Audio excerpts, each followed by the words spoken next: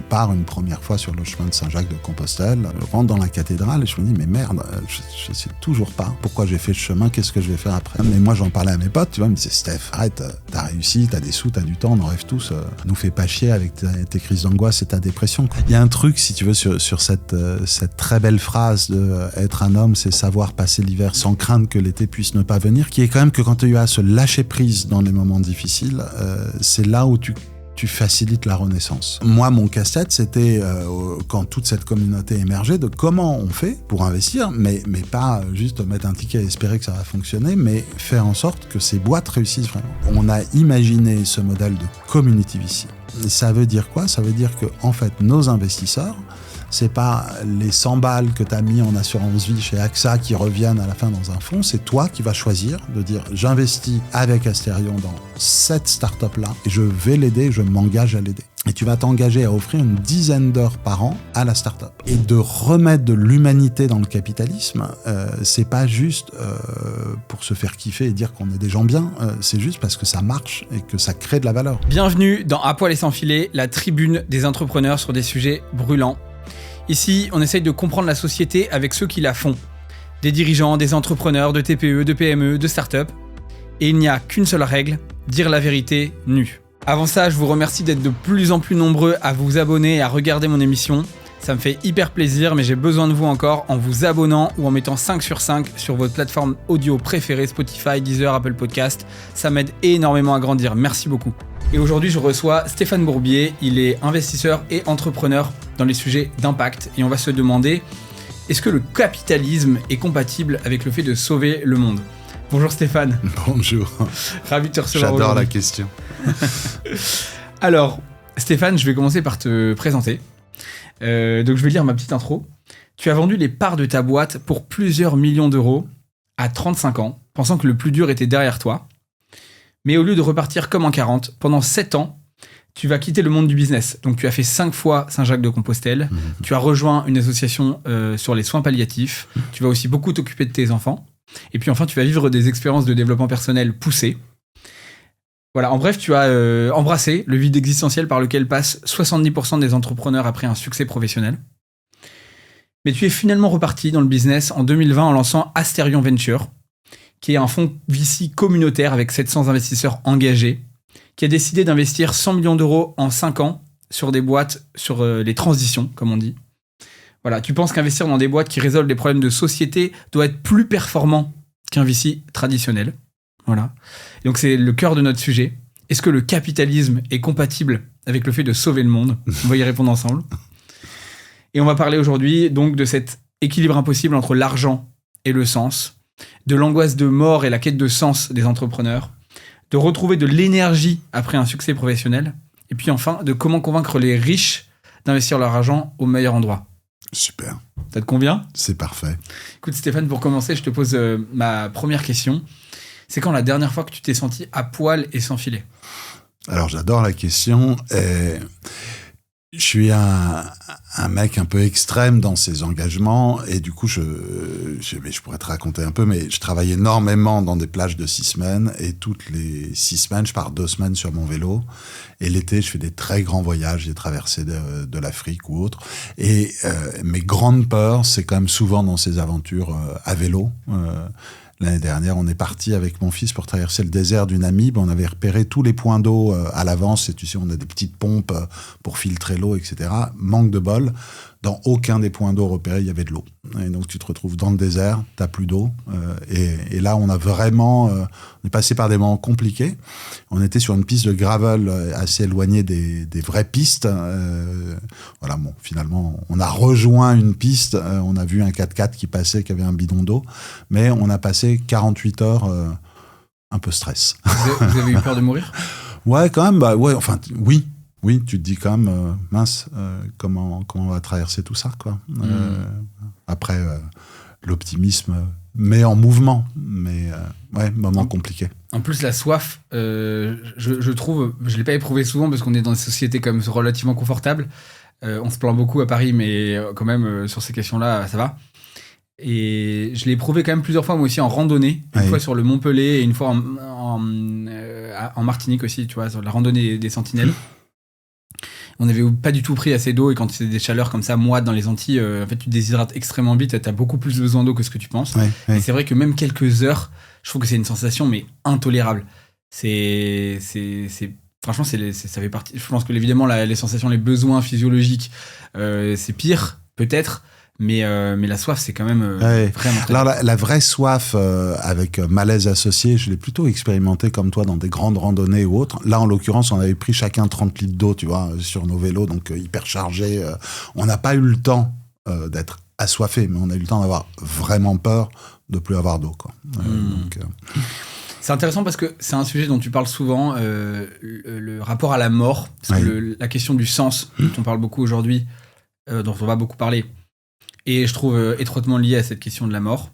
C'est quand on la perd de vue souvent qu'on finit par être un peu le hamster dans sa roue. Et tu as déclaré dans d'autres médias que tu adorais la citation d'Anne Méo qui dit « Chez les entrepreneurs, il y a une angoisse profonde de la mort ». Tu as dit aussi que tu aimais lire Sioran, voilà, qui est un auteur qu'on ne recommande pas après 19h l'hiver. Au contraire, tu peux traverser des belles nuits d'insomnie grâce à Sioran. Donc, ma première question, es-tu dépressif, Stéphane ? Deuxième question, c'est quoi ton rapport à la mort et en quoi il te sert dans ta capacité à trouver du sens pour tes aventures ? Ouais, alors dépressif non, j'ai une pulsion de vie assez extrême, mais écoute, j'avais un dîner hier assez passionnant, on en est venu à parler beaucoup de ce sujet de la mort, et on était 10, et j'étais assez surpris, on n'était que 3 à penser quotidiennement ou plusieurs fois par jour à la mort. Donc 7 personnes sur 10, j'ai pas les stats au niveau national ou par culture, mais se lèvent le matin et se couchent sans jamais penser à la mort dans leur journée, quoi. Et moi, c'est vraiment un truc quotidien qui est quel sens, pourquoi je suis là, qu'est-ce qui va se passer, une vraie peur de la finitude. Donc je me lève avec, je me couche avec, et je peux y penser plusieurs fois par jour. Et ça a toujours été un truc central dans ma vie. Gamin, dès que j'ai su écrire et faire des premiers poèmes à 6 ans, j'écrivais sur cette thématique des petits poèmes sur la finitude. Et il y a un livre qui m'a beaucoup guidé, qui est un bouquin que je recommande à tout le monde. Il est très très court.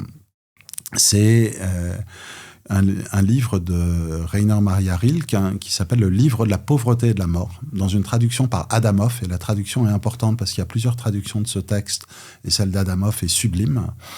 Et c'est quoi ? C'est 15 pages qui disent c'est quoi être riche, et c'est quoi être vivant, et c'est quoi avoir peur de mourir, et pourquoi il faut visiter cette peur de la mort pour justement être pleinement dans la vie et se réaligner en permanence dans le sens.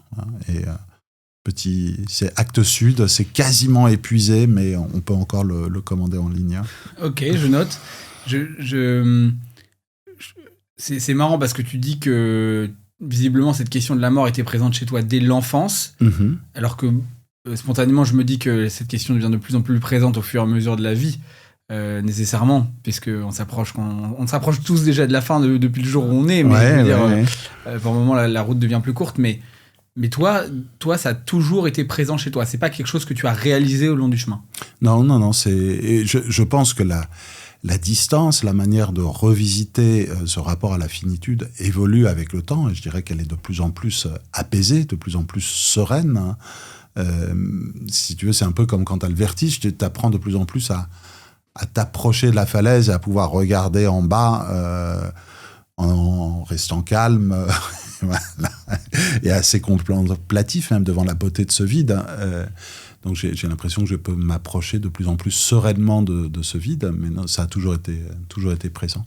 Et je pense chez beaucoup d'entrepreneurs, et alors après c'est énormément compensé, où ça génère peut-être une pulsion de vie, de mise en mouvement, qui est absolument énorme, peut-être pour oublier ton angoisse, ce qui te travaille, parce que quand tu es en train de créer, et je crois que c'est derrière les entrepreneurs, les artistes, enfin toutes ces personnes qui ont infiniment besoin de créer, il y a quand même toujours cette question de la finitude.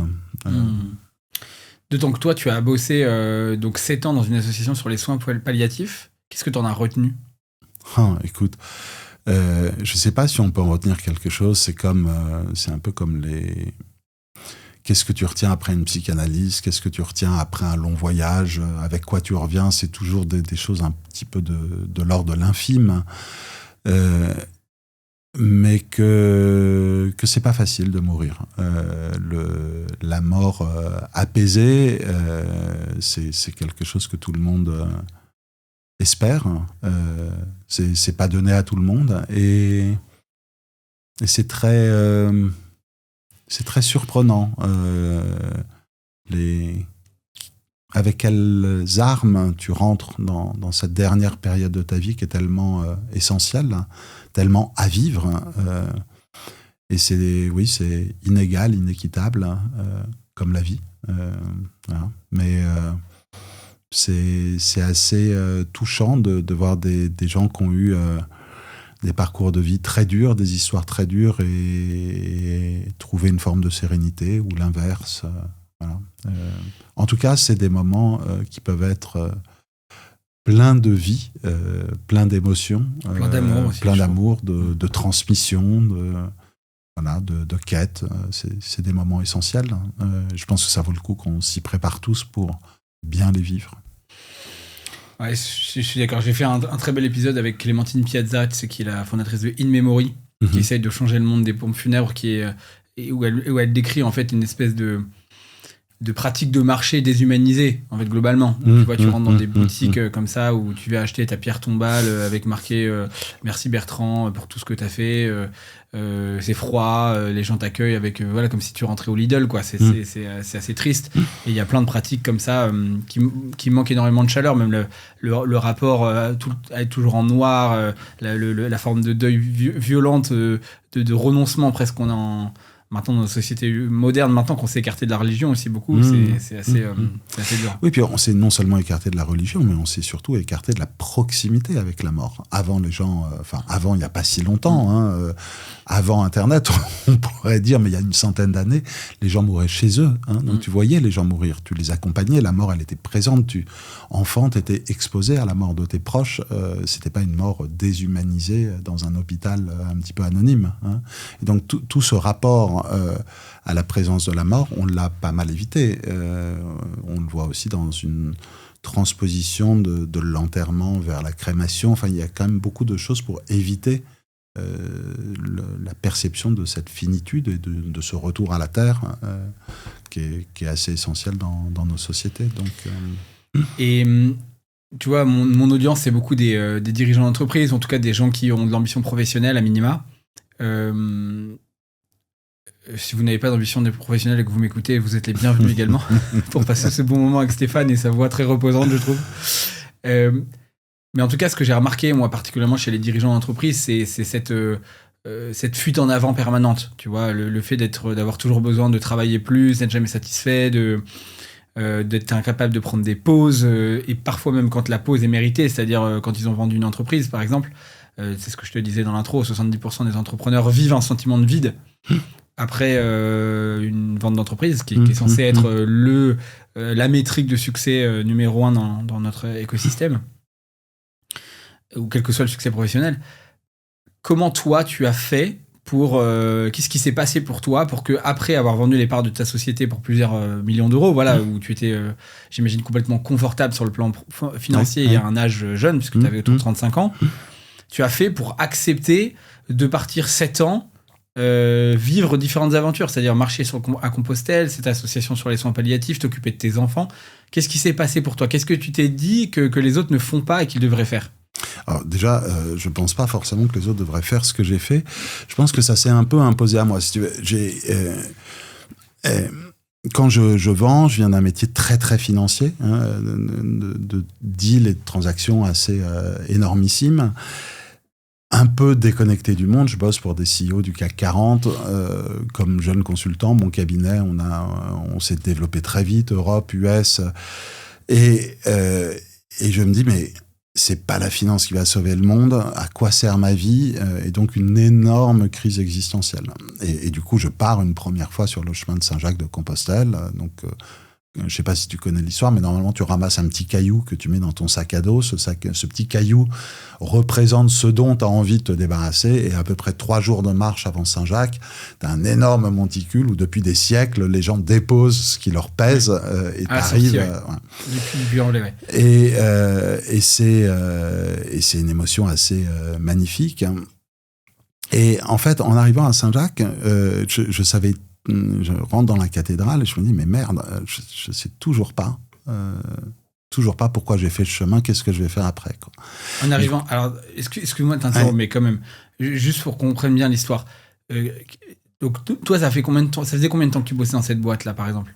Ça a duré 6 ans, 7 ans. 6 ans, 7 ans. Donc tu bosses comme un acharné dans la finance. Donc l'argent tombe. En plus, c'est la belle époque. C'était il y a 20 ans. Donc toi, t'as vendu en 2007, non? Ouais, juste avant. Incroyable. Okay. Donc, parfait timing. Avant que tout s'effondre. Donc c'est vraiment les Golden Boys. L'argent tombe à flot. Beaucoup de chance de vendre au bon moment. Oui, bien sûr. Mais parfois c'est du flair aussi. Mais la chance sourit aux audacieux. Et donc.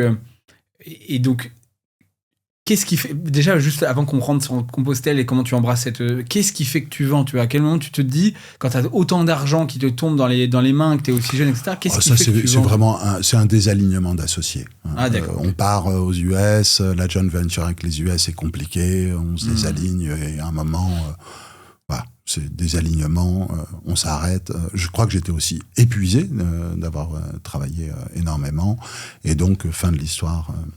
Mais si tu veux, on a chez Astérion un événement, parce que comme ma sortie a été compliquée,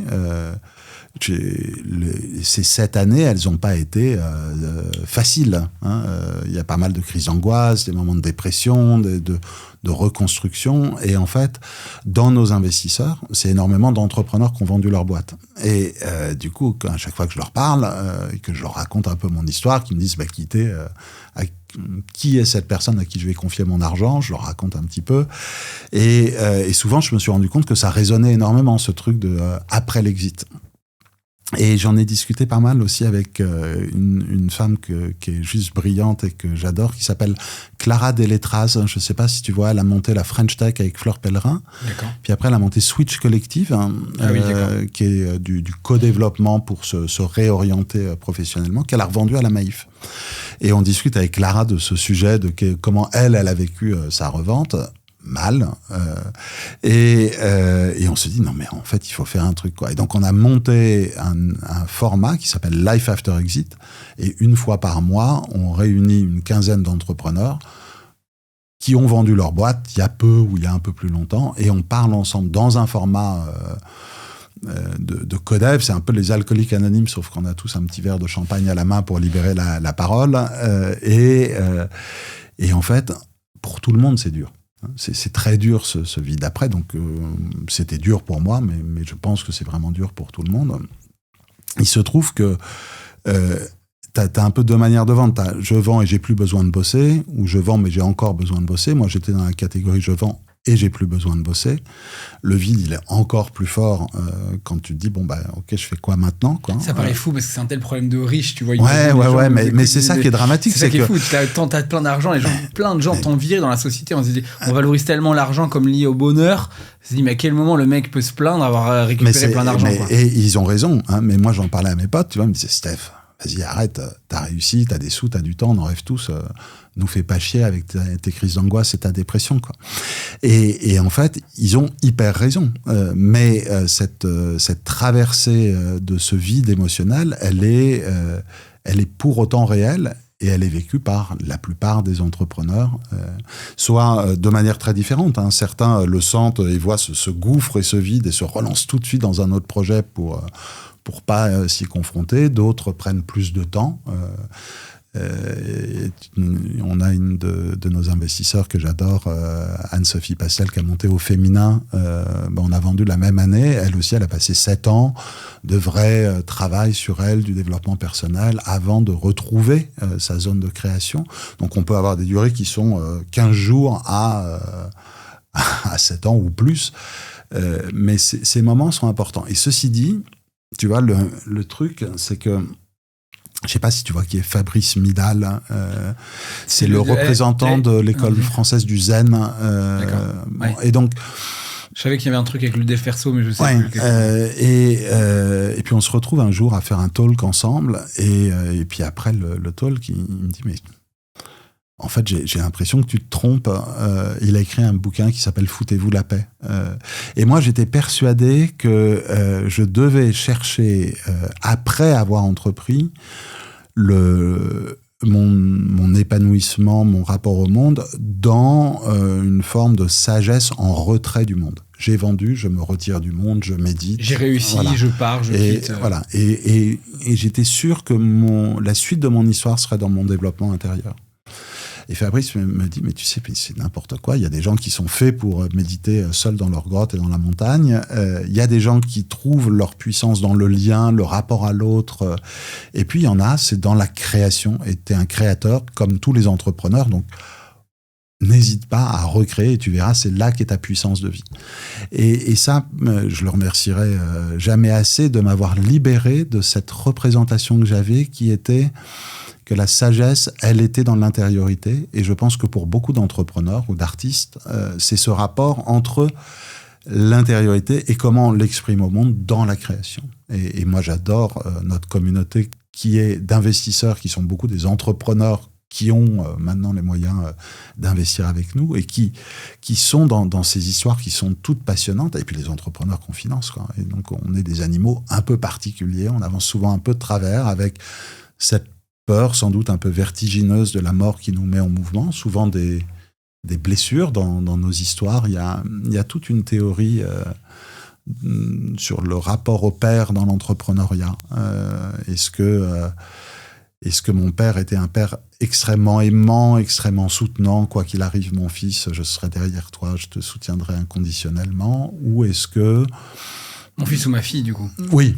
Alors, dans le bouquin que j'ai lu, c'est très genré, c'est les stéréotypes du capitalisme un petit peu ancien et très masculin, mais tu as raison. Et le truc ne fait pas du tout de rapport entre l'entrepreneur et la mère. Ce serait pourtant hyper intéressant. Mais souvent, les histoires sont quand même avec des entrepreneurs qui ont souffert du rapport avec leur père, qui ont eu des rapports très compliqués avec leur père. Et je me rends compte, plus je les côtoie, plus je les aime, nos entrepreneurs, qu'ils avancent toujours un petit peu de travers, mais avec une puissance dans ce qui les met en mouvement qui est assez fabuleuse. J'ai l'impression que c'est le cas de manière générale de beaucoup de personnalités à succès, tu vois, que ce soit de créateurs, en effet, que ce soit des créateurs d'entreprises ou des artistes, il y a tout un tas d'histoires, en effet, ou de rapports au père difficiles, voilà. D'ailleurs, j'ai l'impression que aujourd'hui, j'écoutais l'épisode là, avec Thomas Samul, qui est l'entraîneur de Léon Marchand et de... Comment il s'appelle Florent Manoudou, tu vois, le préparateur mental. Et Mathieu Stéphane lui disait, mais en fait, est-ce qu'on peut réussir avec un moteur d'amour, tu vois, avec un moteur de bonheur, est-ce qu'on n'est pas obligé d'être dans la revanche, tu vois, la violence, la douleur? Et elle disait, oui, bien sûr, c'est possible. En fait, il faut juste travailler l'unicité qu'on a en nous. Et d'ailleurs, Léon Marchand, lui, il a réussi en lâchant prise sur le regard des autres, en se disant, sa grande peur à lui, c'était que s'il ne parvenait pas à ses objectifs ambitieux, c'est-à-dire à savoir gagner une médaille au JO à Paris, devant ses proches, il n'allait plus l'aimer, il n'allait plus autant l'aimer. Et une fois qu'il a vraiment réussi à travailler en profondeur ce sujet, qu'en fait, finalement, ce qui comptait le plus pour lui, c'était l'amour de ses proches, que ça serait un inconditionnel. En fait, à la fin, il s'est complètement libéré et il a nagé librement pour lui, pour se marrer, pour réussir quelque chose, mais sans violence. Mais ces sujets sont hyper importants, tu vois, et comment... et on y reviendra quand on va parler du rapport à ce capitalisme responsable. Mais en fait, c'est toujours cette question de comment je me désaligne et comment je me réaligne et comment j'avance et comment je me reconnecte à moi-même, comment je me reconnecte au sens.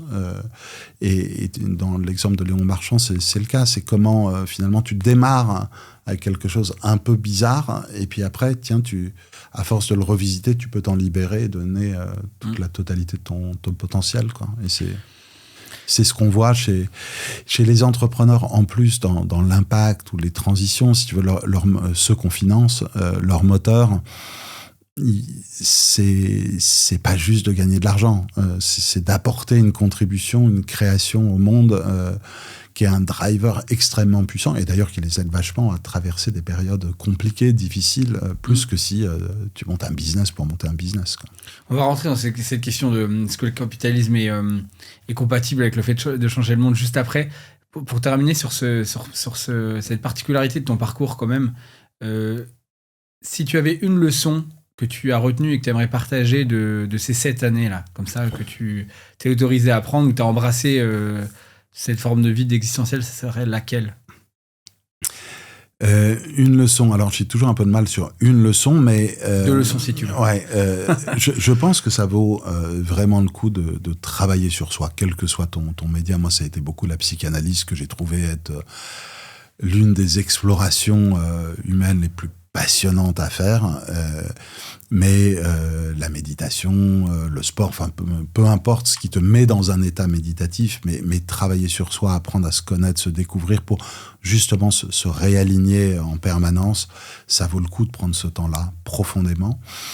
Et puis après, faire confiance à la sérendipité, à la vie. Et à un moment, tu vois, j'avais pas du tout prévu de créer Astérion. Hein. C'est né d'une manière organique avec le Covid. Et puis aujourd'hui, je m'y trouve tellement aligné à ma place dans mon ikigai, pour reprendre cette expression japonaise, de là où se rencontre ton talent, les besoins du monde. Et ça se décide pas, quoi. Donc, faire confiance, avancer pour reprendre une phrase de Rilke qui m'a beaucoup guidé aussi, c'est être un homme, c'est savoir passer l'hiver sans craindre que l'été puisse ne pas venir. Voilà. Et donc, dans les moments difficiles, savoir que demain il y aura l'été et savoir attendre. Et c'est important parce que c'est en hiver et que se développe le tissu racinaire, qu'il se passe plein de choses qui après permettent vraiment de renaître au monde. Voilà. Donc, accepter ces traversées, y aller vraiment. J'aime bien cette notion de saison. C'est poétique, mais c'est très vrai. C'est-à-dire qu'on a l'impression que dans un monde qui est rempli de technologie, en fait, on ne voit plus la différence entre le jour, la nuit, l'hiver, l'été. On peut bouger à Bali en plein mois de novembre, ou on peut, tu vois... c'est ça, on peut rester dans un endroit éclairé après 23 heures, pareil, en plein mois de janvier, quoi. C'est plus un problème pour nous. On a l'impression qu'on a complètement oublié ça. Ça crée beaucoup de fatigue aussi, puisqu'on ne respecte pas quelque chose qui est millénaire, qui est ancré en nous. Et je trouve ça très juste ce que tu dis de voir la vie professionnelle comme des saisons, où parfois il y a l'été, parfois c'est le printemps, c'est la renaissance, parfois c'est l'hiver. Moi, j'étais dans une période je me suis rendu compte récemment que j'étais dans une période d'hiver, après justement le départ du club Bootstrap que j'avais monté, qui était pareil, une séparation difficile.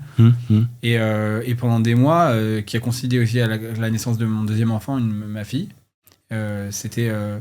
En fait, c'était dur, quoi. C'était très, très dur. J'ai l'impression que j'avais pu être capable de relancer quoi que ce soit, que j'étais... j'allais pas retrouver le drive qui m'animait pendant les 5 dernières années. Enfin, c'était vraiment difficile. Ouais, quoi. C'est dur, hein, ces moments. Et ça a commencé à aller mieux quand j'ai accepté que ça n'allait pas, que ça allait mal, et que je me disais, voilà, j'ai fait un post dessus. Je me suis dit, en fait, parfois, c'est l'hiver professionnel, c'est l'hiver. Et puis là, j'ai l'impression d'être à nouveau dans le printemps. Donc, c'est agréable. C'est tellement bon quand ça revient. Ouais. Et l'été, parfois, on transpire trop. Exactement. Mais en tout cas, il y a un truc, si tu veux, sur cette très belle phrase de être un homme, c'est savoir passer l'hiver sans craindre que l'été puisse ne pas venir, qui est quand même que quand tu as à se lâcher prise dans les moments difficiles, c'est là où tu facilites la renaissance. Et c'est exactement ce que tu viens de raconter, c'est quand tu acceptes que, en fait, c'est dur, ça va pas, que la renaissance s'amorce, c'est un peu le coup de pied au fond de la piscine, quoi. Mais pour ça, il faut accepter de descendre. Voilà, ce serait ça la chose que je recommanderais.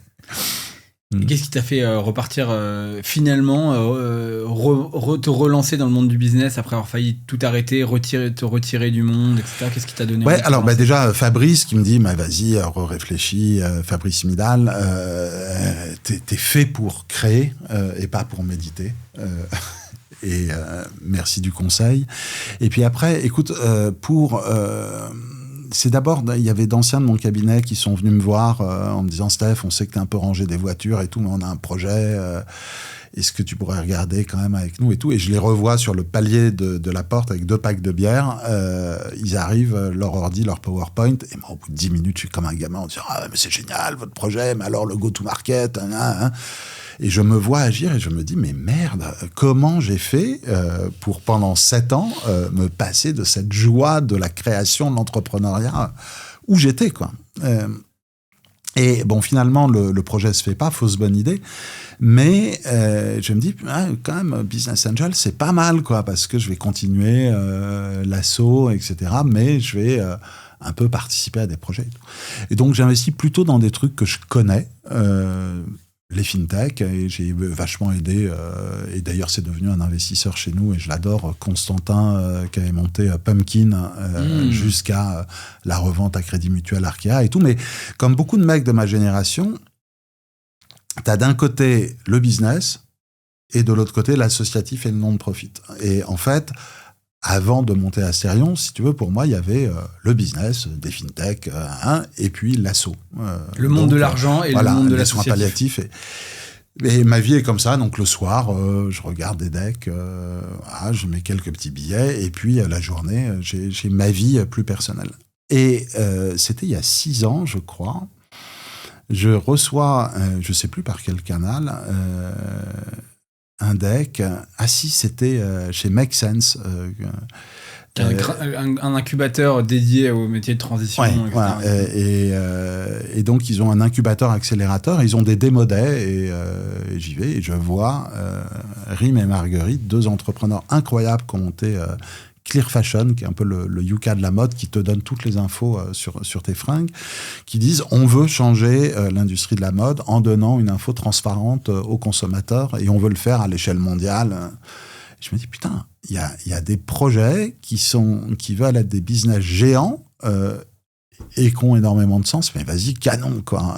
Et on est un bon groupe qui se crée, on est quoi, 30 à 40 à mettre un billet, on se connaît pas tous au départ, mais c'est assez hétérogène. T'as Laurent Ritter qui a monté Voodoo, t'as Francis Napez, cofondateur de Blabla, t'as Emery Jacquia de la Camif, t'as un mec que je connaissais pas qui est devenu cofondateur d'Asterion, Clément Marcorel, qui emmène ses potes et tout, et on se retrouve tous à se dire, putain, mais c'est bon, quoi, de ces projets qui ont du sens et tout, et il se crée un truc, bon.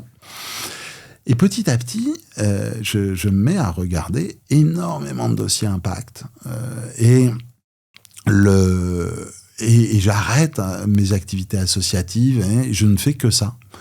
Le Covid arrive et je pense qu'au bout de 10 jours, j'ai mon premier coup de fil. Je me rappelle encore, le mec m'appelle et il me dit « Écoute, j'ai eu tes coordonnées par Francis et ça fait 10 jours que je...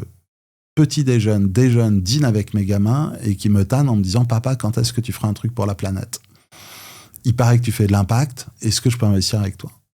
Et d'autres qui me disent « Bah écoute, en fait, là j'ai du temps, je me rends compte que ma vie est un peu vide de sens, j'ai envie de faire des trucs utiles. » On sort des 2 confinements, on est plus de 300 à se dire comment on peut faire un truc utile et aider des entrepreneurs à réussir leur boîte dans l'impact. Et c'est comme ça qu'est né Asterion. Et c'est ça qui m'a remis complètement en mouvement, mais un peu par hasard, quoi.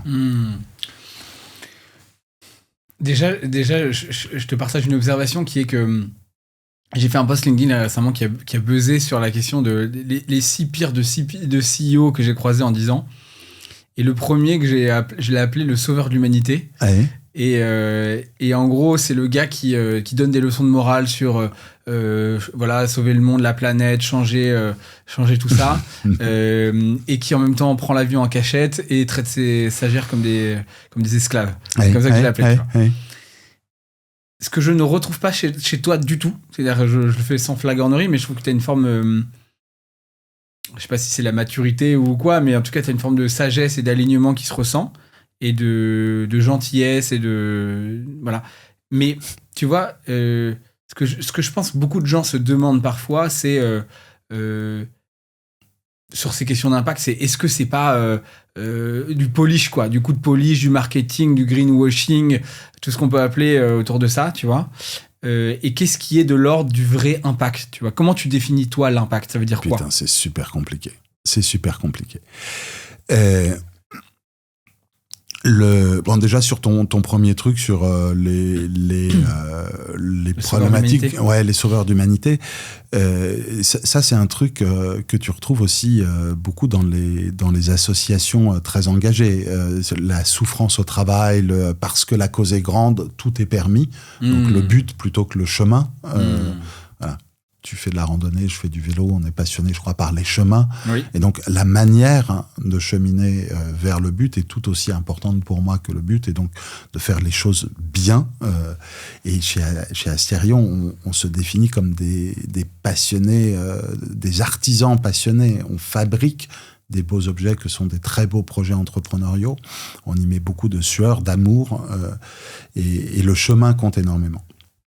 Mais sur ta question sur l'impact, l'impact c'est compliqué. Ton impact n'est pas le mien et pas celui de ton voisin et de l'entrepreneur qui... je pense que ça revient quand même à un truc sur quels sont les besoins fondamentaux de l'humanité, comment on agit dessus, donc se nourrir, se loger, se déplacer, ne pas avoir froid, et comment on le fait de la manière la plus saine possible qui va respecter les limites de notre planète. Il y a plein de manières de faire de l'impact. Il y en a des chemins que nous, on pratique pas. Mais il y a quelqu'un que j'adore, Bertrand Gellensperger, je sais pas si tu vois, qui a monté La Fourchette, The Fork. D'accord. C'est pas avec Denis Fayol qui a fait ça ? Si, alors ils sont plusieurs cofondateurs. Et c'est Bertrand qui a fini de le développer aux US. Et Bertrand est rentré des US avec une vision de l'impact qui est passionnante. Et c'est un puriste. Il a monté au début Two Tom's Club, qui est maintenant Cactus. Je sais pas si tu vois... Oui, il parle de plateforme événementielle, non ? Une plateforme pour t'aider à réduire ton empreinte carbone. Donc, tu fais ton bilan carbone et tu t'entraides. Okay. Et Bertrand, lui, sa vision de l'impact, c'est vraiment la déconsommation.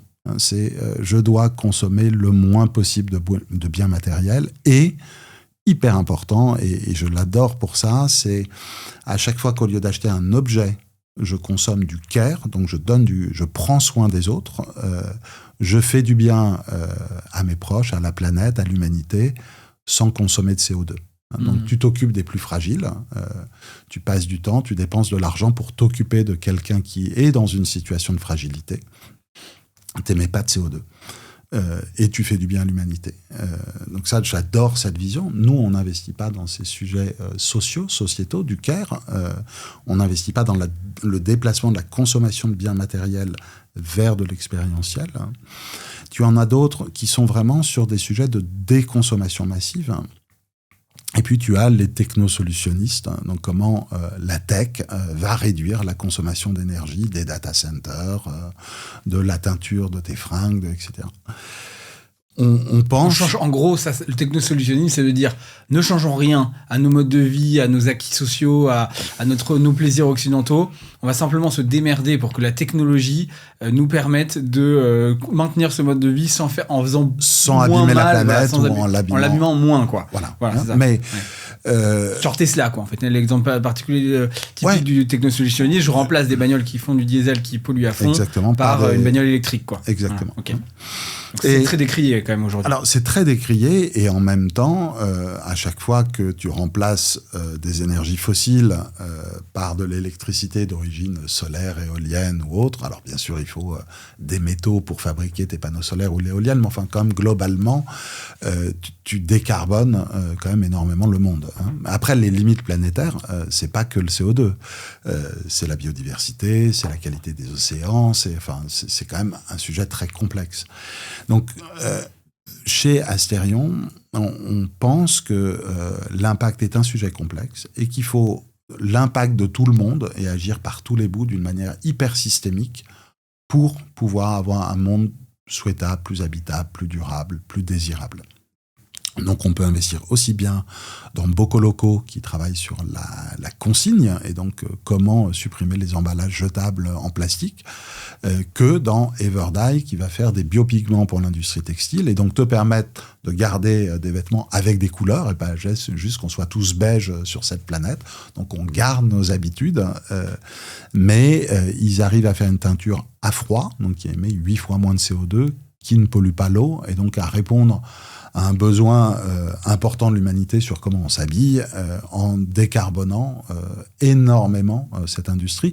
Le textile, la manière dont on s'habille, on en parle beaucoup avec Chine en ce moment, mais suivant les sources, les études, c'est 8 à 11% des émissions de CO2 au niveau mondial. Hein. La teinture, c'est 40% de ces, on va dire 10% pour simplifier. Donc 4% des émissions de CO2, c'est de la teinture. On a investi dans ce qui va, je crois, être le leader mondial de la décarbonation de la teinture. C'est technosolutionniste, mais c'est tellement efficace et tellement puissant que ça, on adore. Ouais, je comprends. Mais en effet, tu vois, j'ai rencontré un politique il n'y a pas très longtemps qui me disait en fait, il faut arrêter de s'attacher aux petits problèmes qui sont très emmerdants pour les Français, du style, je sais pas, je vais t'obliger à trier tes déchets de façon toujours plus poussée, ou je vais t'obliger à, je sais pas, t'empêcher de prendre la voiture alors que c'est impossible. Et en fait, il faut s'attaquer à des pans entiers d'industrie qui sont extrêmement polluants. Donc, par exemple, le transport maritime, tu vois, ou le transport, le transport routier. Je sais pas, moi, j'ai accompagné une boîte il y a pas très longtemps qui fait du biogaz à partir des fermes. Donc, ils mettent des méthaniseurs à côté des fermes. Donc, ils transforment les déchets organiques en biogaz qui doit alimenter à la fin les camions qui rouleraient plutôt à ça plutôt qu'au diesel, quoi, tu vois. Ça, c'est énorme l'impact, en fait, tu vois. Toi, t'en penses quoi, du coup? Effectivement, je trouve que ton exemple est bon sur les textiles, parce que là, pour le coup, c'est une industrie entière. Mais je trouve que parfois, un petit peu le bullshit, ça va être... et ce qui va un peu agacer les gens dans ce côté leçon de morale, c'est...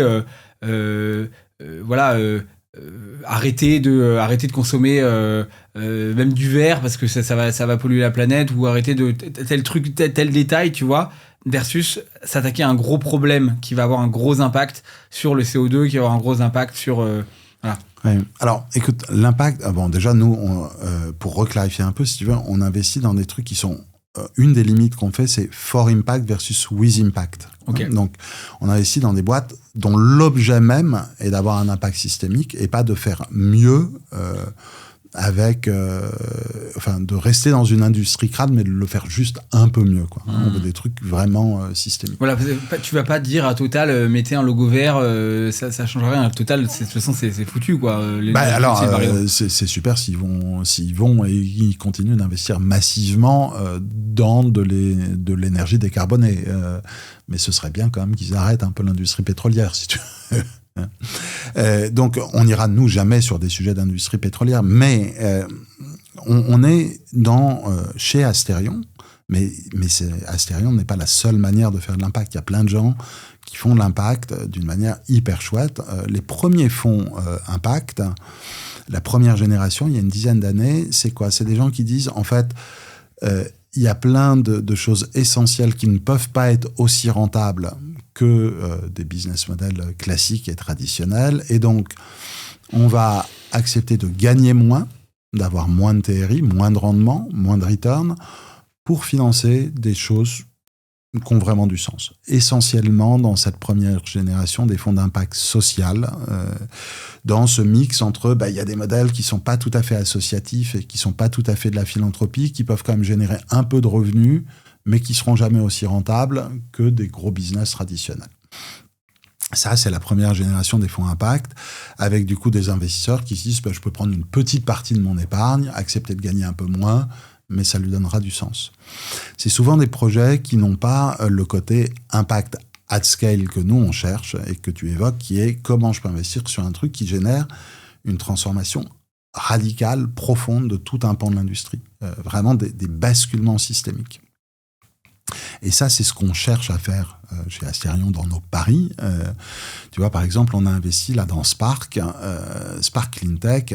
Alors, en plus, on y reviendra, mais l'Europe, c'est un endroit magnifique pour financer ces projets. Il y a une innovation qui est dingue, il y a des labos de recherche qui sont dingues, il y a des prix Nobel qui sont incroyables et des chercheurs qui sont incroyables. Et on commence enfin à avoir cette culture géniale qui est de dire, putain, on a une super recherche fondamentale, il y a déjà une recherche appliquée quelque part dans un labo, et comment on en fait un vrai business. Spark, c'est ça, c'est plus de 10 ans de recherche fondamentale, recherche appliquée et tout, pour faire de la plasmalyse du méthane. Alors, la plasmalyse, c'est quoi ? C'est un micro-ondes qui vient éclater des molécules de méthane. Donc, tu parlais des méthaniseurs qui produisent un gaz à partir de biodéchets, mais c'est aussi le gaz naturel, le méthane. Et la plasmalyse à froid, c'est un micro-ondes basse température. Basse température, c'est entre 400 et 1200 degrés, qui vient exploser la molécule de méthane pour séparer le carbone de l'hydrogène. Et du coup, avec de l'électricité d'origine solaire ou éolienne, tu peux fabriquer de l'hydrogène en consommant 7 à 8 fois moins d'énergie que l'électrolyse de l'eau. Et tu sépares le carbone, ce noir de carbone, et tu produis de l'hydrogène. Et donc, en fait, tu te branches dans un tuyau de méthane, dans une aciérie, par exemple, ou une cimenterie, donc des industries extrêmement polluantes en termes de CO2. Et tu permets, au lieu d'avoir du méthane qui va rejeter dans l'atmosphère du CO2, de faire ta fusion d'acier avec uniquement de l'hydrogène, et donc tu rejettes dans l'atmosphère de la vapeur d'eau. Et le noir de carbone, il y a plein d'usages passionnants pour en faire par exemple des électrodes de batterie, ou l'incorporer dans l'acier.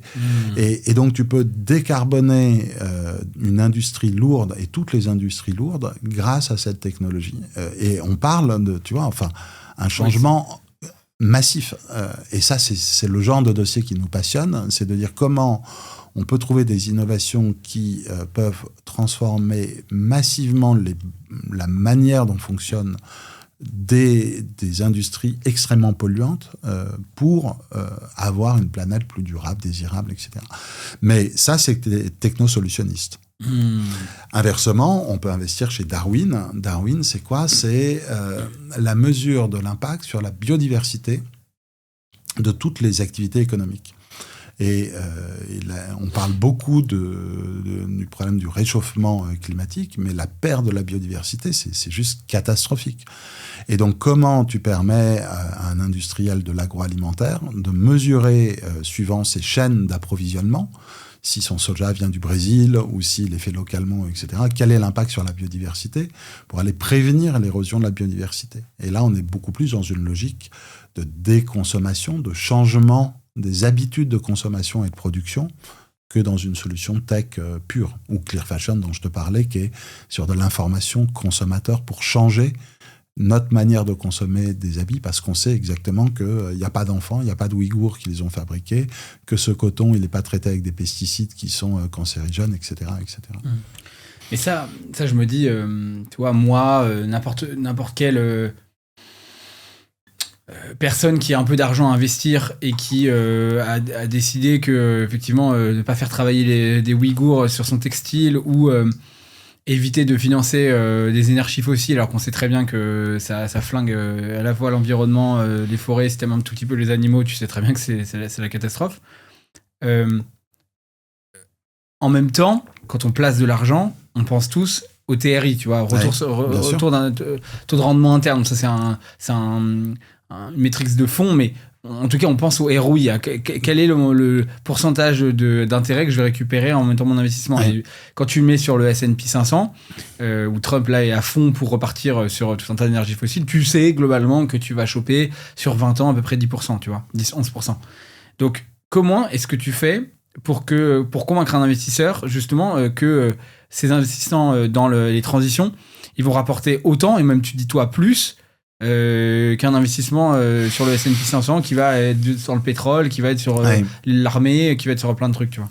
Écoute, nous on vise à peu près 25% de TRI. On a pour l'instant que 4 ans, donc c'est un peu tôt pour te dire où on en est, mais donc 25% de TRI, 25% de rendement annuel. C'est ça notre cible. Au bout de 3 ans, donc notre premier batch de 11 startups, il y a un benchmark très utilisé aux US par Carta, qui est en fait quelle est la performance des fonds au bout de 3 ans, et c'est un indicateur prédictif assez fiable de la performance au bout de 10 ans. Quand tu investis dans des startups, souvent t'as d'abord les pertes, les startups qui vont pas fonctionner, t'as un peu de frais, et puis c'est plutôt à la fin des 10 ans que t'as les grandes réussites et les boîtes qui explosent. Nous, on est au bout de 3 ans à 16,98 de TRI net, et ça nous laisse présager assez confortablement d'une cible à 25% par an sur la durée du fonds. Et ça nous place dans le top 2%, 3%, dans 2% des meilleurs fonds aux US. Pourquoi on fait ça et comment on fait ça? Il y a plusieurs trucs. Dans le VC, les startups, tu as un peu deux manières d'investir. La manière un peu classique, c'est la power law, c'est de dire j'investis un peu partout, il y aura bien un champion quelque part, une licorne, une boîte qui va valoir 1 milliard, ou une hectacorne aux US, une boîte qui va valoir 100 milliards, et cette boîte-là va faire le rendement de mon portefeuille. C'est un game, c'est pas le nôtre, on raisonne pas comme ça, et c'est un jeu qui est très spéculatif parce que tu vas pouvoir investir là-dedans dans des boîtes sur la livraison des courses en moins de 5 minutes, tu te rappelles après le Covid, voilà, en fait non, c'est pas un vrai besoin de l'humanité, donc il y a aucune boîte qui survit. Ils ont foutu 100 millions sur la table. Mais ça a été des milliards dans la livraison de courses en moins de 3 minutes, ou dans le Web 3, je veux bien voir un fonds spécialisé Web3 qui a fait de la perf. Nous, on investit sur, et j'aime pas tellement le mot impact en fait, nous on investit dans les transitions qui sont nécessaires aux besoins fondamentaux de l'humanité. Et du coup, on enlève un énorme risque qui est le risque marché. Tu auras toujours besoin de fringues, tu auras toujours besoin d'énergie, tu auras toujours besoin de te déplacer. Et ces besoins fondamentaux de l'humanité enlèvent le risque marché. Si tu veux, c'est un peu comme, je ne sais pas si tu vois Berkshire Hathaway. Oui, bien sûr. Nos amis Charlie Munger et Warren Buffett. Voilà, et Warren Buffett. Berkshire. Ouais, ça y est, il était peut-être temps.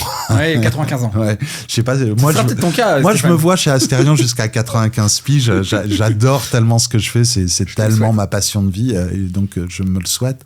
Mais lui, son truc, c'est de dire, je n'investis que sur des trucs que je comprends et des business qui sont essentiels et là pour durer. Et en fait, nous, on a la même posture, mais appliquée au VC. Donc, on investit sur des choses qui sont des besoins fondamentaux de l'humanité. Ça ne veut pas dire que tu n'as pas des risques techno quand tu investis sur la plasmalyse du méthane dans un truc sorti d'un labo de recherche sur une expérimentation qui a duré pendant 1 minute 30 et qui a montré que ça fonctionnait. Tu investis hyper tôt, tu n'es pas sûr que tu vas pouvoir en faire un truc qui va scaler à l'échelle industrielle. Mais on sait que si ça marche, et si on arrive à le faire sans green premium, ça c'est hyper important, c'est-à-dire que si on arrive à le faire sans que ça coûte plus cher à l'industrie, dans ce cas-là, on a gagné et ça va être un géant. Et c'est ces géants-là qu'on essaye de fabriquer, où tu vois, Onima par exemple, c'est une boîte magnifique, les mecs, ils sortent d'AgroParisTech et ils sont passionnés par l'enjeu de fournir assez de protéines pour nourrir l'humanité. Et il y a un truc, ils se disent, mais en fait, c'est tellement un gâchis. Quand tu fais de la bière, tu mets de l'orge, du houblon et de la levure. Cette levure, elle prospère pendant la fermentation, elle donne le goût amer que tu aimes bien quand tu prends ton demi, elle tombe au fond de la cuve, elle est tellement amère que tu peux rien en faire, même pas de la nourriture pour les cochons. Donc ça part en station d'épuration.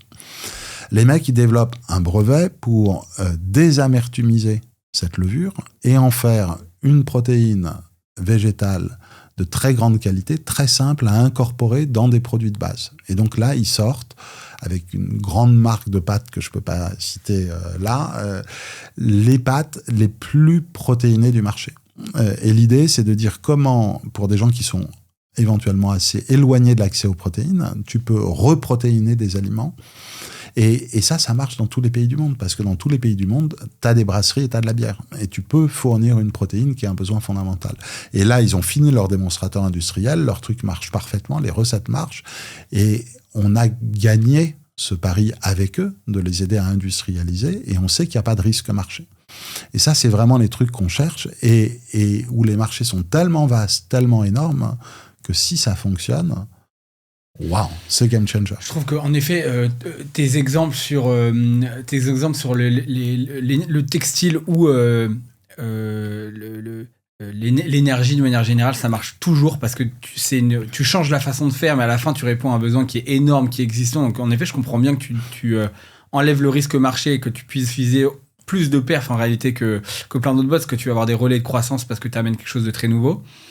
Il y a aussi des énormes pommes dans la French Tech, tu vois, sur des sujets d'impact. Je pense à Insect, par exemple, tu vois, qui avait décidé donc de dire il y a beaucoup trop d'insectes sur Terre qui sont en train de polluer, qui vont polluer, détruire les cultures, faire le bazar. Par ailleurs, ça évite l'élevage intensif et tout ça, tous ces trucs-là. Donc, on va donner à bouffer aux gens et aux animaux pour commencer des insectes, quoi. Je crois qu'ils ont investi 600 millions d'euros au total dans la boîte pour un chiffre d'affaires total qui a dû avoisiner peut-être 30 millions, un truc comme ça. Enfin, c'est gigantesque la perte. Comment est-ce qu'on évite ce genre de monumentale erreur, tu vois, qui un peu, je trouve, décrédibilise parfois les notions de transition, d'impact, etc. Quoi. T'as raison. En fait, ce game, il peut pas se faire de la même manière que quand t'investis dans l'IA. En fait, quand tu investis dans l'IA, tu investis sur un accident statistique. C'est-à-dire qu'il y a 3 boîtes qui vont valoir 100 milliards. Il y en a 500 qui vont valoir 0. Crise Internet, là, la même bulle Internet, quoi. Même système. Et où qui ne vont pas trouver leur marché, et où dont les mecs vont se casser pour aller rejoindre une autre équipe qui va les payer mieux. Et d'ailleurs, même quand tu investis dans la bonne, les valos d'entrée peuvent être tellement élevé, tu rentrais pas en pré-seed mais en seed dans Mistral, tu as intérêt à avoir une sacrée sortie pour faire un x10. Et si tu fais un x30, il y en a pas beaucoup qui vont, je pense, faire ce x30. Et donc, si tu as un portefeuille où tu as 20 lignes, tu en as une qui fait x30 et puis les autres font pas grand-chose, ta perf à la fin, elle n'est pas forcément exceptionnelle. Mais nous, on a une vision qui est assez différente. Déjà, faut savoir que les partenaires chez Asterion, comme moi, on n'est que des entrepreneurs qui avons monté, revendu nos boîtes. On sait que c'est dur, on sait que ça prend du temps, on n'est pas des financiers. Et on a une vraie vision de capital efficient. On a, dans nos boîtes, fait gaffe à chaque euro dépensé. Et je pense que ça, c'est un truc qui peut être souvent un peu perdu de vue. En tout cas, ça a été une des dérives, je crois, du VC, alors qu'il est en train de se corriger. Maintenant, tous les fonds disent faut trouver le break-even, faut arrêter de cramer du cash, la rentabilité. Ça a été, nous, dans notre ADN dès le début, et ça le sera toujours. Ce d'autant plus que nos investisseurs sont des entrepreneurs qui sont eux-mêmes passés par ce chemin où, en général, ils ont su trouver la rentabilité avant de revendre. Et donc, tu as une vraie culture du capital efficient qui est essentielle. Il y a des enjeux de vision de long terme. Comment on garde un cap, une vision de long terme, et pas on fait ce qu'il faut juste pour le next round avec de l'hypercroissance, des vanity metrics. Oui, et puis on est aspiré dans le jeu du marketing, le FOMO, quoi, comme en anglais, Fear of Missing Out. Mais machin à investir, du coup, j'ai à moi de remettre parce que ça va exploser. En fin de compte, ça pomme, quoi. Les gorillas, c'est ce qui a dû se passer. D'ailleurs, les livraisons de course, c'est ça. Et après, si tu veux, t'as eu un truc qui était très chouette dans les premières Deep Tech Indus, qui a été de dire on va transposer le modèle des startups digitales dans l'industrie. Et donc, on va aller super vite, on fait du test and learn, et puis après, on scale. Mais faire une usine at scale, ça résiste pas forcément à ce qu'a marché dans le démonstrateur industriel. Et donc, tu peux partir dans du design d'usine et de la fabrication d'usine pour te rendre compte qu'après, merde, à scale, ça marche pas. Mais merde, t'as construit une usine et elle fonctionne pas. Et ça, c'est juste pas possible quand tu es dans l'économie réelle et que... Alors, on a de la chance, c'est que cette vague de paumes et d'erreurs, elle a été faite. Il y a pas mal des gens d'Insect qui sont dans nos investisseurs et qui aident nos entrepreneurs, par exemple Donima, dans le retraitement des levures de bière pour faire de la protéine, à ne pas faire les mêmes conneries. Et donc là, on a quand même beaucoup appris. Par contre, ce qu'on s'est transposé, et ce qui manquait peut-être dans la culture des deep tech industrielles sur lesquelles en ce moment tout le monde vient investir assez massivement, c'était une vraie culture du go-to-market. Et ça, la French Tech a su transposer dans ces nouveaux entrepreneurs de la deep tech cette culture de la vente, du produit, du market fit. Et donc de se dire, mais On n'est pas que des rêveurs, on n'est pas que des ingénieurs de haut niveau, on est va des pas vendeurs. faire le meilleur produit, on va faire le produit dont les gens ont besoin.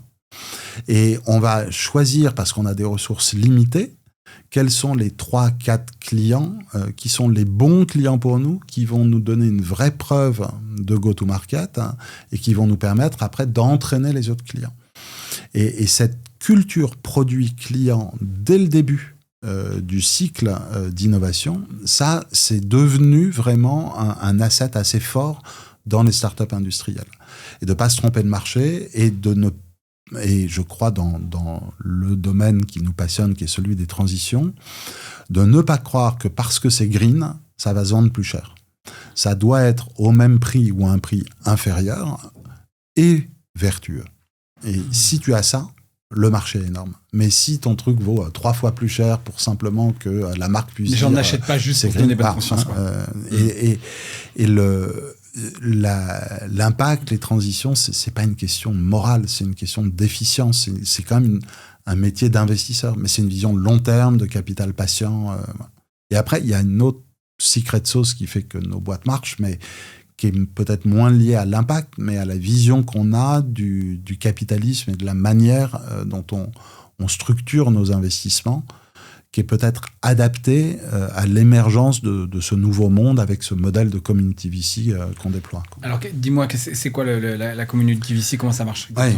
Alors, en fait, déjà, il faut peut-être rappeler comment, en général, marche un fonds. Donc, un fonds, tu as des investisseurs qui te confient de l'argent pour une durée, en général, d'une dizaine d'années. Ce qu'on appelle les LP, les limited partners. Exactement. Et les LP... en général, sont des institutionnels, donc c'est un peu ton argent d'assurance vie. Il y a 0,5%, 1% quand tu mets de l'assurance vie chez AXA, qui se retrouve dans du private equity et du VC. Et donc, dans un fonds de 100 millions, en général, tu as 20 millions BPI, si tout va bien, et si tu n'as pas BPI, en général, ton fonds, il n'existe pas. Tu as un peu de FEI, donc le financement européen, on va dire 20-20, et tu as 60 millions qui viennent d'institutionnels. Donc, ton argent, toi, tu ne sais absolument pas, quand tu as mis 10 000 balles d'assurance vie quelque part, qu'il y a 100 balles qui se sont retrouvées dans tel ou tel fonds, et donc c'est de l'argent tout à fait anonyme. Et c'est des financiers qui gèrent ces poches et cette allocation d'actifs. Et du coup, les gestionnaires du fonds, c'est une petite équipe qui essaye de choisir la bonne start-up dans laquelle investir, de ne pas trop se tromper et d'espérer que la Power Law va être magique et va générer du rendement. L'écueil de ça, c'est que c'est très, très financier et c'est souvent très, très déconnecté de comment on fabrique une vraie boîte. Et fabriquer une boîte, fabriquer une start-up qui réussisse, c'est long, c'est dur, c'est exigeant, et souvent ça peut rater. Et quand tu fais en plus du pré-seed et du seed, donc tu interviens au début des projets, c'est génial parce que si ça marche, tu as des multiples qui sont énormes parce que tu es rentré sur une valo hyper basse, mais pour que le modèle marche, il faut quand même que tu aies très peu de mortalité et que tu aies des très gros succès. Et en fait, quand tu fais du pré-seed seed, tu as assez peu d'argent sous gestion.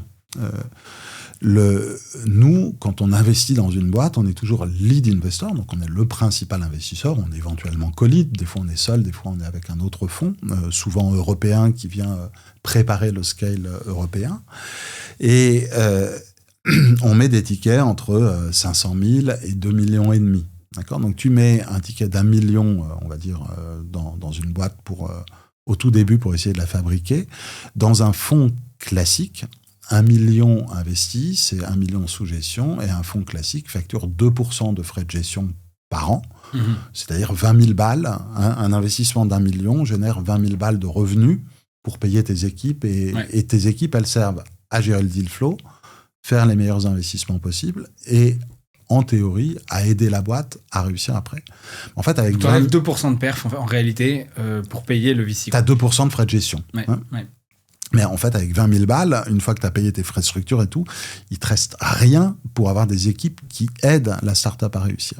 Et donc, tout repose sur, tu as bien choisi les entrepreneurs, ils ont intérêt à être super bons. Et puis, tous les 3 mois, tu auras un coup de fil de ton fonds pour te dire, ça va bien, ça va pas, dépêche-toi de Alors, mieux. Les fonds, je veux vraiment pas dire le contraire de ce que je pense. Hein. Ils apportent une énorme expertise financière, une puissance de financement. Ils ont un rôle hyper actif et essentiel dans l'écosystème. Mais ils n'ont structurellement en pré-seed et en seed, c'est pour ça que tu as très très peu de fonds qui font vraiment du pré-seed seed. Pas d'expérience entrepreneuriale. Et ils n'ont pas les moyens financiers d'aider les boîtes. Et donc, moi, mon casse-tête, c'était, quand toute cette communauté émergeait, de comment on fait pour investir, mais pas juste mettre un ticket et espérer que ça va fonctionner, mais faire en sorte que ces boîtes réussissent vraiment. Et du coup, on a imaginé ce modèle de community VC. Et ça veut dire quoi ? Ça veut dire que, en fait, nos investisseurs, c'est pas les 100 balles que tu as mis en assurance vie chez AXA qui reviennent à la fin dans un fonds, c'est toi qui vas choisir de dire « j'investis avec Asterion dans cette start-up-là parce que je la kiffe et j'ai envie de l'aider. Et je vais l'aider, je m'engage à l'aider. » Et donc, tu vas mettre un peu d'argent. Chez nous, c'est à partir de 10 000 balles. Et tu vas t'engager à offrir une dizaine d'heures par an à la start-up. Et nous, on va te choisir parmi notre communauté. Aujourd'hui, on est presque 1000 investisseurs, 900 et quelques. On va se dire qui sont les 30 ou 40 qui sont les plus adaptés pour ce projet-là. Et ce ne sera pas les mêmes si c'est une start-up digitale que si c'est une start-up industrielle, si c'est dans la mode que si c'est dans l'énergie ou l'agtech ou l'agrotech. Et quand les gens investissent, ils s'engagent donc à aider à hauteur d'une dizaine d'heures. Et du coup, il y a des gens qu'on met dans le tour de table pour leur expertise en plateforme de marque, d'autres parce qu'ils sont super bons sur un sujet RH, ils vont aider à des recrutements, d'autres parce qu'ils vont faire des intros bizdev. Et donc, le CEO et son équipe, ils ont 300-500 heures de hyper smart money mis sur la table chaque année. Le risque, je trouve ça... je trouve que la promesse est excitante, même moi, ça me donne envie d'investir. On en reparlera à la fin de du podcast, bien, Stéphane. Ouais. Mais ce qui me questionne, c'est... parfois on dit que l'avantage de la bourse, par exemple, c'est tu vois, j'ai fait pas mal d'événements avec Euronext pour mes patrons du Club Bootstrap, parce que c'est des boîtes qui font entre 2 et 50 millions de chiffres d'affaires, qui sont rentables justement. Tu connais même bien cet enjeu de capital patient, efficient. C'était que des besogneux qui ont créé de la valeur, qui n'étaient pas dans la French Tech, qui se connaissaient comme ça. Et résultat, des super succès comme Florent Liffrand de Brightloop, tu vois, qui a vendu sa boîte plusieurs dizaines de millions d'euros là récemment. On adore et qui nous donne un coup de main dans des due deals en ce moment. Voilà. Donc Florent, génial, c'est un copain du Club Bootstrap, tu vois, et qui était complètement deep tech industriel. Il fait des batteries, lui, destination de la F1, des Rafales, etc. Il a été sous les radars, il s'est financé avec des subventions, et il a mis 8 ans à bûcher, à faire 1 euro de chiffre d'affaires quasiment, et puis après, en 3-4 ans, ça a explosé, et après, il a été vendu, mais des dizaines de millions d'euros. Et il avait fait une boîte rentable industrielle, enfin, c'est vraiment un tour de force. Et pourquoi je te dis ça, c'est que je trouve que parfois, ce genre de boîtes, elles vont avoir plus tendance à partir en bourse parce que finalement, c'est plus simple de gérer 10 000 investisseurs ou même 1000 investisseurs, tu vois, qui du coup sont pas très actifs, que d'en gérer 3 ou 4 qui vont être très présents, trop présents. Et c'est un peu le sujet, moi, que j'ai défendu pendant des années, c'est à l'entrepreneur de gérer sa boîte, c'est pas aux investisseurs, tu vois. Donc, comment est-ce que tu fais pour que chacun soit à la bonne place quant à ces modèles de community VC ? T'as raison, mais moi, je l'ai vécu, tu sais... avant de monter à Asterion, j'étais business angel. Quand t'es business angel, t'es avec d'autres business angels, t'investis dans des tours. C'est à qui va avoir la question la plus chiante et la plus smart pour faire chier l'entrepreneur. T'as beaucoup de mecs, ils savent tout, ils ont tout réussi et ils comprennent rien au business dans lequel ils ont investi, c'est une catastrophe. Chez Asterion, le modèle de community VC, c'est qu'on est un VC. On est un fonds, on est 25, on a une équipe hyper structurée, des process hyper structurés. La smart money, le côté smart, il est essentiel dans le modèle, mais il est hyper encadré. Déjà, on connaît tous nos investisseurs et ils sont tous choisis pour... on n'est pas du tout dans un modèle de crowd equity. C'est pas tout le monde met un petit billet. On connaît chacun de nos investisseurs et on les sélectionne pour le projet en fonction de leurs compétences adaptées au projet. Nos investisseurs, ils ont tous un point commun, c'est des gens qui ont été C-level dans des licornes, c'est des fondeurs, c'est de plus en plus des familles entrepreneuriales françaises, des grandes familles qui se disent que la performance financière viendra du financement des transitions et qui veulent donner du sens à leur épargne, mais en tout cas, c'est des gens qui ont tous en commun qu'on les aime pour leur posture d'humilité, d'écoute, et on fait très très attention à la curation de notre communauté. Derrière, on les choisit, je te dis, on en choisit 30 à 50 parmi les 900 et quelques, adaptés à chaque start-up. Donc les gens qui viennent dans cette start-up-là, ils ont vraiment quelque chose à lui apporter.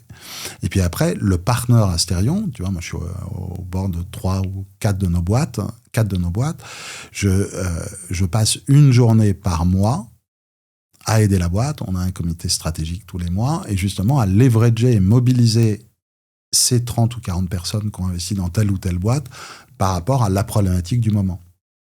Et après, dans les 30 à 40, tu en as toujours un ou deux qui deviennent les advisors des fondeurs. Et donc là, l'advisor, il passe une journée par mois, et non pas une journée par an, à aider les entrepreneurs.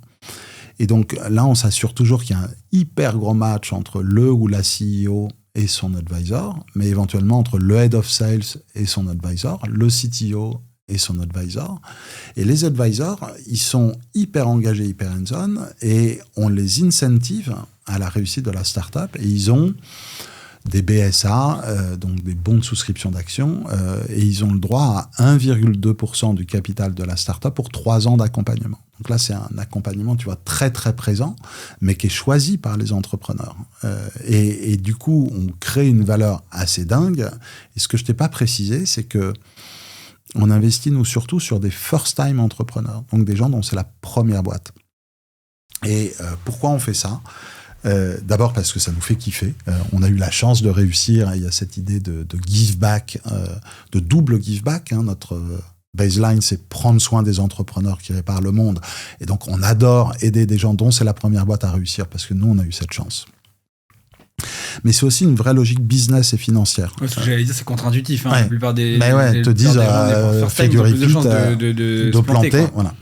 Et en fait, c'est là où nous, on a une secret sauce sur la perf, c'est que comme c'est des first time, on rentre sur des valos qui sont hyper raisonnables. Entre un first time et un repeat à projet équivalent, la valo peut être entre x3, x4, x5, même projet. Tu changes juste l'équipe, tu mets des repeats et des first time. L'écart de valo peut être de un x2 à un x5 sur ta valo d'entrée. Sur ton multiple à la sortie, sur la même boîte, l'effet de levier, il est énorme sur la perf. Quand tu rentres 5 fois moins cher et que la boîte se revend in fine le même prix, ta perf, elle est x5. Et nous, on arrive à dérisquer ces projets de first time, justement, grâce à l'apport et à l'expérience de ce modèle de community VC. Où nos first time, il y a toujours des mecs. Voilà. Et donc, tu vois, tu as les gars d'Insect qui ont pris beaucoup de bouteilles sur ces enjeux de start-up industrielles qui peuvent aider Onima en disant cette connerie, peut-être qu'il ne faut pas la faire. Okay. Donc ça, c'est le modèle. Et en fait, dans le community VC, il y a plein de trucs. Qu'est-ce qui se passe aujourd'hui ? Tu as quelqu'un qui monte une start-up sur les transitions en France. A priori, il va en parler à quelqu'un qui est l'un de nos investisseurs. Et donc, on voit tous les projets avant tout le monde. En moyenne, notre coverage du deal flow, le coverage, c'est donc quel pourcentage des dossiers on voit passer. On le mesure tous les mois. Donc, on regarde les dossiers qui ont levé et qu'on n'a pas vu passer. Et nous, on voit entre 93 et 97% tous les mois de tous les dossiers de la place. Et en général, on les voit 3 mois avant tout le monde. Parce que tu commences à en parler à ton pote qui est dans telle boîte et qui te dit « va voir Asterion ». Donc, on a un avantage unique sur le sourcing.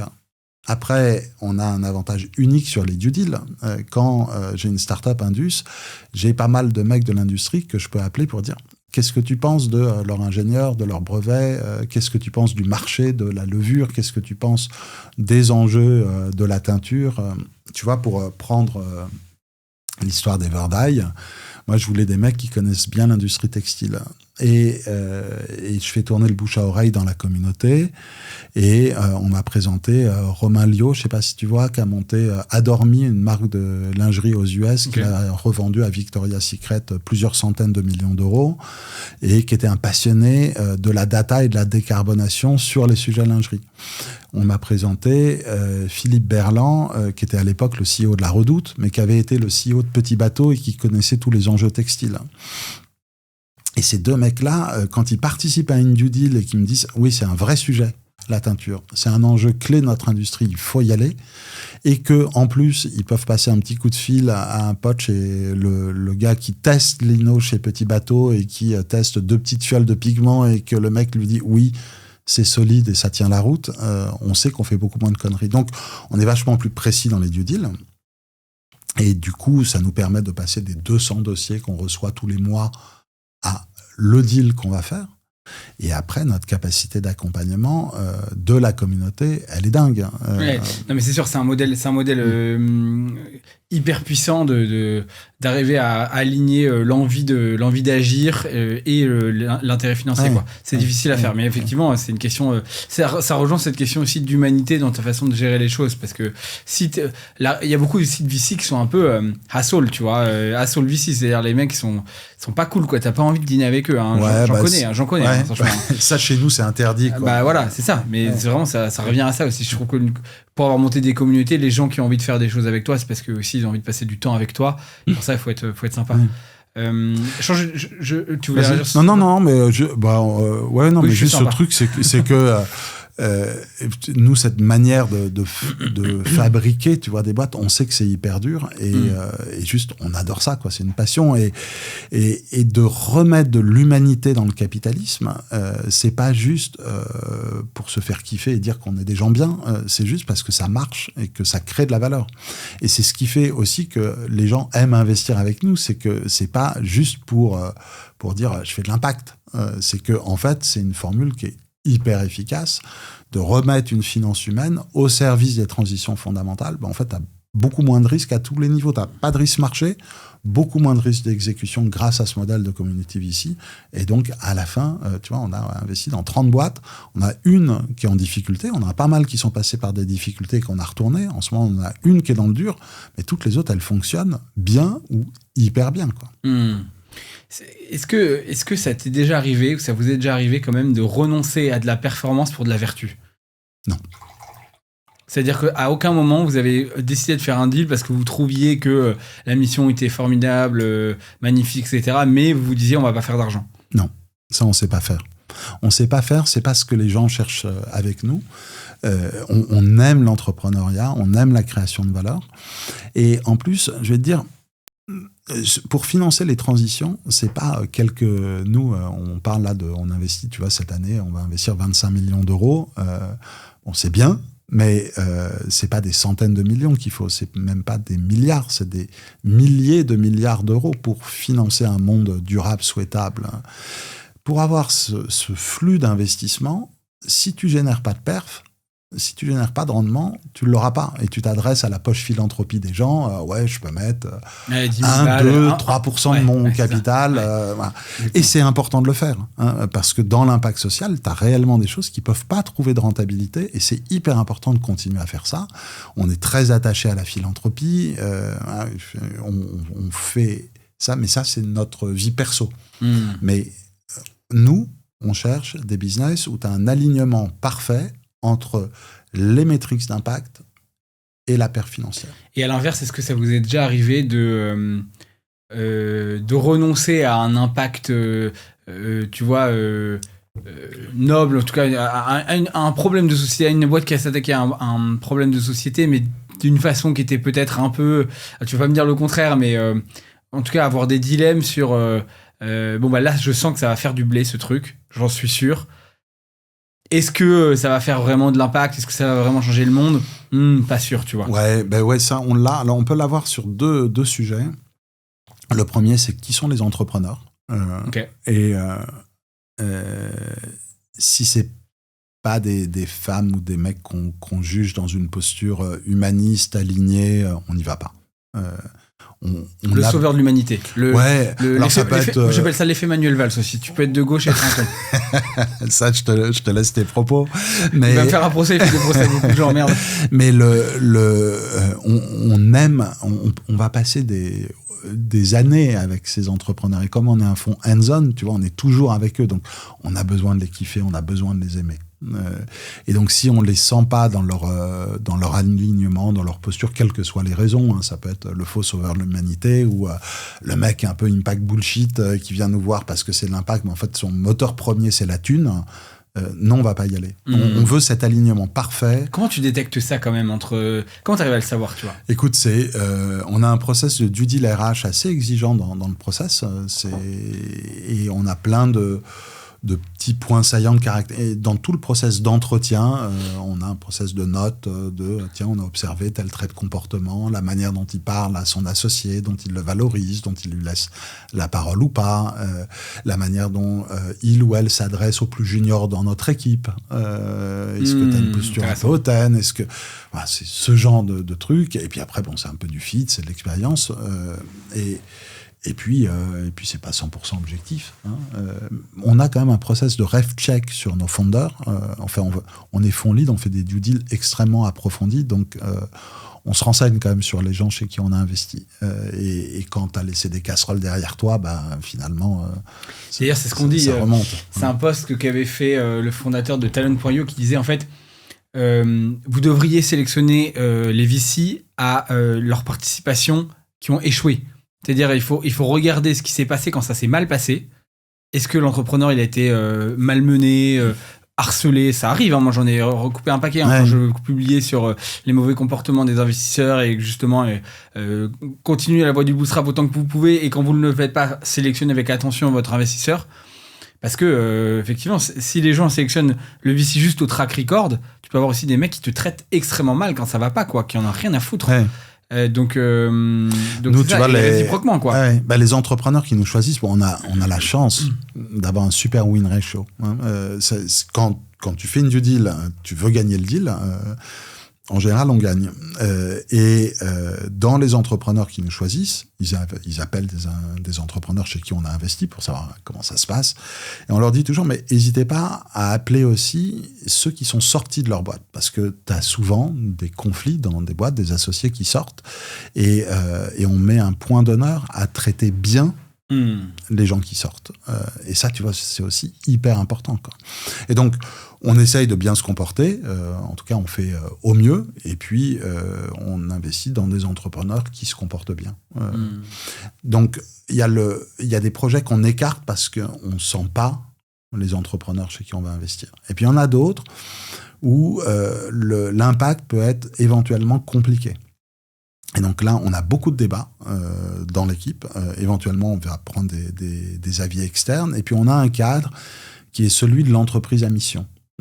Et nous, on le fait... Alors, ça peut être un peu décrié, mais quand tu le fais bien, l'entreprise à mission, c'est-à-dire quand tu interroges vraiment toutes tes parties prenantes, que tu as un comité mission avec lequel tu définis vraiment tes indicateurs, tes objectifs, que c'est inscrit dans tes statuts et que c'est vraiment animé, c'est juste un outil magique d'alignement entre l'impact et le business, et je dirais même entre la mission au service du business. C'est parce que tu es hyper clair sur ta vision, ta mission et le service que tu veux rendre à l'humanité, finalement, sur ses besoins essentiels, que derrière tout ton business va bien s'enchaîner. Et ce comité mission, il peut mettre des garde-fous extrêmement clairs en disant non, on n'ira pas sur ce sujet de l'industrie pétrolière. Par exemple, tu vois, en ce moment, on investit dans une boîte qui s'appelle Bubble Robotics. C'est des petits drones sous-marins pour aller inspecter des infrastructures sous-marines. Donc ça peut être un barrage, ça peut être des installations portuaires ou des champs d'éoliennes en mer où tu veux vérifier que tu n'as pas une fissure sur le pylône et l'impact sur la biodiversité du champ d'éoliennes en mer. Ces petits drones, ils pourraient être utilisés pour des installations pétrolières. Voilà. Ouais. Ça, c'est notre limite. Tu vois. Oui, c'est-à-dire que c'est pas où la tech ira, quoi. On peut le cadrer dans un comité mission et de dire que quoi qu'il arrive, on ne prendra pas ce deal, on ne fera pas cette thune. On ne fera pas cet argent-là parce qu'on veut rester focus sur notre mission. Et on pense que sur le long terme, c'est des paris gagnants. Pour terminer cet épisode, Stéphane, je vais te poser 3 questions. Vas-y. La première, c'est quel est ton plus grand regret de ta carrière professionnelle en général? Ouais, écoute, c'est une super question. J'arrive pas trop à sortir avec un regret parce que j'ai aimé tout ce que j'ai fait avec énormément de passion. Mais mes années finance et strat, c'est pas les plus glorieuses de ma vie aujourd'hui. En même temps, j'ai appris tellement de choses, c'était tellement intellectuellement passionnant, et c'est sans doute ce qui fait qu'aujourd'hui, j'ai l'impression de bien faire mon métier d'investisseur dans un truc à plus de sens. Voilà, mais c'est pas les années dont je suis le plus fier. Ok. Et pour qui tu éprouves le plus de gratitude?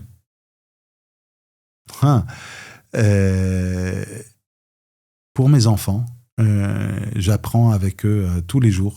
Je suis un papa qui travaille beaucoup, mais ma vie de père est vraiment importante. Et j'adore redécouvrir le monde avec eux à chaque fois. Ils sont grands, hein, ils ont 27, 23, 19 ans. Mais oui, c'est pour eux. Je sens l'émotion qui vient. Et pour terminer... qu'est-ce que tu aurais envie de dire aux gens qui ont de l'argent aujourd'hui? Et on sait que le top 1%, j'ai vu ça dans une étude de l'Institut qui fait les recherches sur l'impact, que globalement, c'est entre 0,5 et 1% de leur fortune qui est dédiée à ces sujets de transition. Qu'est-ce que tu aurais envie de dire à ces gens qui ont de l'argent aujourd'hui? Écoute, déjà, ils sont challengés politiquement aujourd'hui. Et de montrer qu'ils investissent sur ces besoins fondamentaux, la trésorerie de leur holding, ça peut être une bonne manière aussi de répondre à une attente politique, sociétale forte. Mais c'est aussi et surtout une manière d'identifier les géants de demain. Et de ne pas se tromper sur où est la préservation de leur patrimoine. Moi, il y a une famille du Nord que je trouve extrêmement inspirante. C'est les Coine-Lambert. Je ne sais pas si tu connais l'histoire de cette famille. On connaît tous les Mulliers, mais alors les Coine-Lambert... Ouais. Les Coine-Lambert, c'est une famille qui vient aussi de l'industrie textile, comme les Mulliers au départ. Et dans les années 50, la question de l'avenir du textile avec sa délocalisation devient une question très forte. Et donc, quel va être l'avenir de leur business? Et avant tout le monde, sans doute, ils se disent, ça va être l'électrification du monde, l'enjeu majeur. Et donc, ils montent Sonepar, qui aujourd'hui est le leader mondial de la distribution de matériel électrique. C'est une aventure extraordinaire. Et pourquoi c'est aujourd'hui une des très très grandes familles françaises, c'est qu'ils ont vu avant tout le monde qu'elle allait être un enjeu de transition majeur. Et en fait, les familles qui viennent de plus en plus investir avec nous, c'est pourquoi? C'est pour identifier quels vont être ces géants de demain, de les voir avant tout le monde et de pouvoir se positionner sur ces transitions qui sont des besoins fondamentaux de l'humanité. Et je dirais qu'elles ont on top la joie de transmettre à leurs enfants et petits-enfants, puisqu'elles ont une vision de long terme, une planète habitable, désirable, souhaitable. Sans compter que les familles, c'est vrai que c'est un business dont on parle peu, les familles de business, hein, c'est ça dont on parle, comme il peut y avoir d'ailleurs chez LVMH, chez Hermès, ou tout un tas. En fait, c'est les boîtes, il y a une corrélation en bourse, notamment dans le succès en bourse, entre le capital familial et le succès en bourse. Oui. Ça se voit. Hein. Et le seul contre-exemple, je crois, c'est Air Liquide, qui n'est pas contrôlé par une boîte familiale et qui est une boîte qui historiquement performe très très bien depuis des dizaines d'années. Mais globalement, LVMH, Hermès, tout un tas de boîtes qui fonctionnent très bien le font parce qu'en fait ça se transmet. Et le fait d'avoir envie de transmettre, t'as raison, c'est un moteur du capitalisme qui est sous-estimé, mais qui fait qu'on transmet souvent à la fois des valeurs et à la fois des pratiques qui font que ça marche, quoi. Ouais, et puis cette vision de capital patient, la vision de long terme, voilà. Tu vois, un fonds de LBO sur un cycle de 7 ans qui rentre au capital d'une boîte, en gros, ce qu'il veut, c'est de l'essorer et faire un x2 au bout de 7 ans, parce que c'est ce qu'il a promis à ses invests. Mais 7 ans sur l'échelle d'une boîte, c'est hyper court.